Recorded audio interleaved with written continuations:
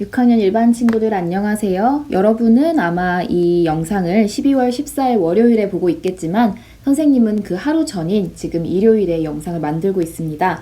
우리가 오늘 무엇을 할 건지 국어에 대해서 설명을 조금 해주려고 해요. 여기 보면 선생님이 이렇게 과제를 만드는 창이거든요. 이런 건 처음 봤죠? 여기에 보면은 선생님이 국어를 뭘 해야 될지를 이렇게 써놨어요. 이거를 조금 더 영상으로 설명을 해주기 위해서 만들고 있습니다. 여기 보면은 패들릿 사이트를 선생님이 하나 추가를 해놓았고, 그리고 1, 2, 3단계로 여러분이 해야 할 국어 활동을 설명을 해놓았어요. 첫 번째로는 여러분이 미리 썼던 기사들이 있죠. 그거를 이제 최종의 대본으로 완성시키기 위해서 우리가 해야 하는 고쳐쓰기에 대한 설명을 해놓았어요. 여러분 고쳐쓰기에 대해서 우리 배우고 있죠. 그리고 실제로 학교에서 다양한 글들을 조금 고쳐봤어요. 그래서 예를 들어 이런 게 있었죠. 맞춤법이 정말 맞는지 한 번만 더 확인을 해주시는 거예요. 그런 다음에 문장의 호응 관계가 적절한지, 처음에 시작되는 문장과 끝맺는 말이 이게 적절히 잘 어울리는 말인가를 잘 생각해 주세요. 그 다음에 사용한 단어들이 적절한 것인지를 알아보는 것도 중요하겠어요. 예를 들어서 우리가 국어책에 이런 말 있었잖아요. 친구들끼리의 싸움, 갈등 이런 말을 써야 되는데 투쟁이라는 말을 써가지고 이거 잘못됐다라고 얘기한 적이 있죠. 이런 것처럼 내가 쓴 이 뉴스 대본에 혹시 조금 부적절한 단어가 있나? 이런 것들도 한번 봐주시고요.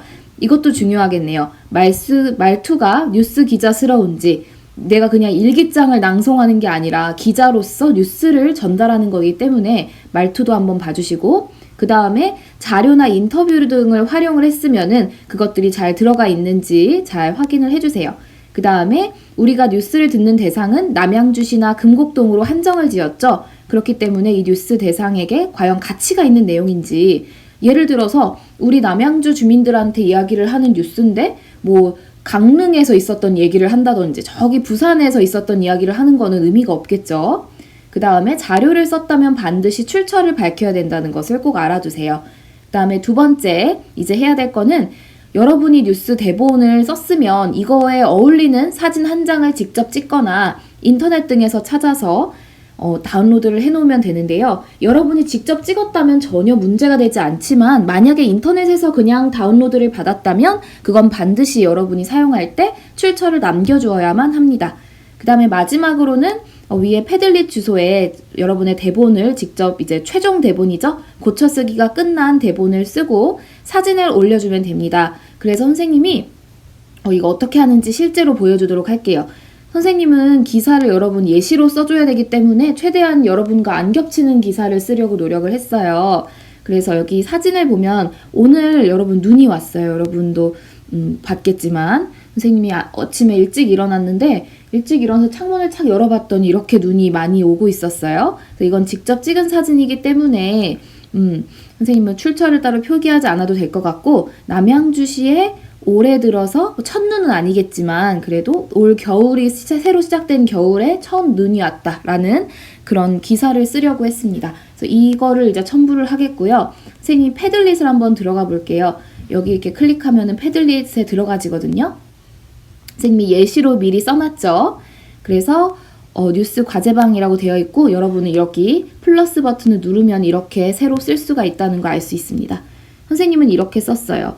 위에 보면 예시가 여러분 꼭 이름을 밝혀줘야 누가 이 과제를 냈는지 안 냈는지를 선생님이 확인할 수가 있겠죠? 그래서 이렇게 했습니다. 하얗게 물든 남양주, 엘사가 다녀갔나, 이런 헤드라인을 먼저 써줬어요. 제일 중요합니다. 이 헤드라인이 있어야 선생님이 수요일에 할 때 이 헤드라인들을 쭈루룩 써서 여러분의 순서를 알려줄 수가 있어요. 그 다음에 기사가 시작됩니다.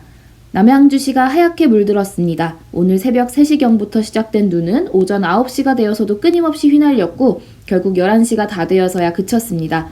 올해 말 처음 찾아온 눈 소식에 남양주시 와부 덕소리에 사는 김유정 씨는 코로나 확진자가 매일 증가하는 것을 보며 우울한 나날을 보내던 중에 눈 소식을 접하니 조금은 기분이 나아진 것 같다라는 말을 전했습니다.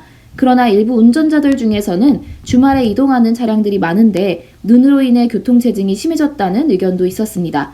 6하나 뉴스 김땡땡이었습니다. 이런 식으로 썼어요. 그래서 여기 선생님이 사용한 건 어떤 게 있냐면 실제로 찍은 사진과 그리고 이 사실대로 참고할 수 있는 네이버나 이런 데다가 오늘 눈 소식이 몇 시부터 있었는지를 정확히 검색을 해서 새벽 몇 시부터 왔다 이런 얘기까지 정확한 정보에 근거해서 기사를 썼고요.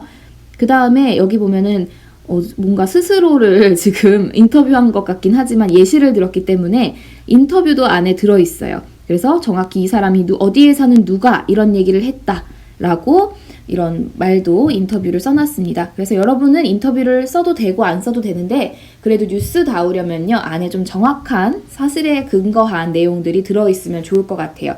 그래서 이렇게 써주면 선생님이 여기서 여러분 사진은 다운로드 받아서 줌 시간에 하나씩 사진을 띄워줄 겁니다. 그러면은 그 사진이 딱 자기 사진이 나올 때 바로 뉴스 보도를 여러분이 하면 됩니다. 그리고 이 대본은 여기에다가 쓰면 안 돼. 여기에다가만 쓰는 게 아니라 공책 같은 데다가 미리 잘 적어놓고 그거를 우리가 줌 수업 때 보도를 정확히 할 수 있게 잘 알아볼 수 있게 읽는 연습도 한번 해보면 좋겠습니다.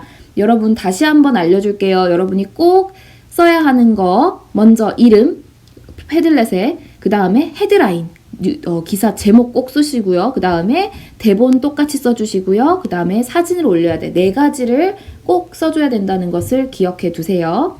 자, 그러면 오늘 국어 수업은 여러분이 직접 해야 하는 것들이 많기 때문에 이거는 여기까지 설명을 마치도록 하겠습니다. 이걸 쓰고 나서도 여러분 한 10번씩은 읽어보세요. 기자처럼. 그래서 내가 정말 기자처럼 읽었나를 녹음을 해서도 한 번씩 확인해 보시고 하길 바랍니다.